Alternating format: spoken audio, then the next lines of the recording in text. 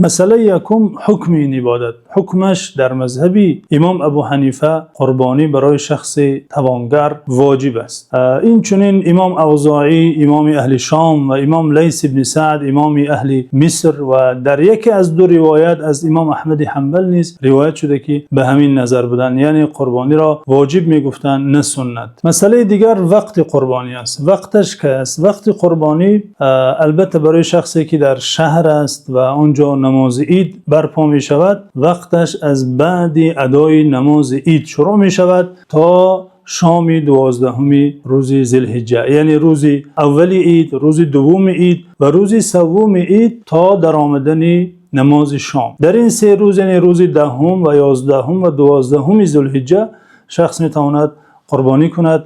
چه روز ذبح می کند چه شب فرق ندارد، جایز است، ولی بهتر این است که روزانه ذبح کند. مسئله دیگر این که از این 3 روز کدامش بهتر است، یعنی روز 10، 11، 12 هر 3 جایز است که قربانی صورت گیرد، ولی بهتر کدام است؟ البته بهتر این است که روز یکم عید قربانی صورت گیرد، زیرا از حضرت عمر و حضرت علی و ابن عباس رضی الله عنهم اجمعین روایت شده که میگفتند ایام النحر 3 افضلها اولها.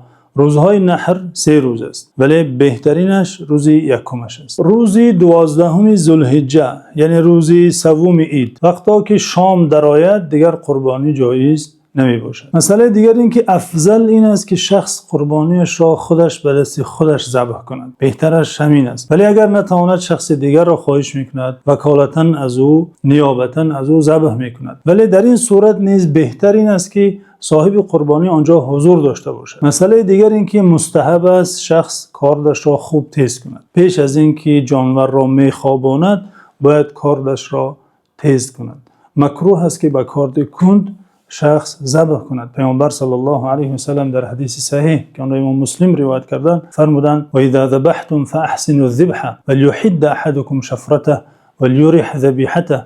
شما حتی کشتن را به طریقه زیبا و خوب انجام دهید و کسی که میخواهد ذبح کند در قربانی و در غیر قربانی، البته این حکم عام است، کارد خود را خوب تیز کند و جانور را اذیت ندهد گفتند.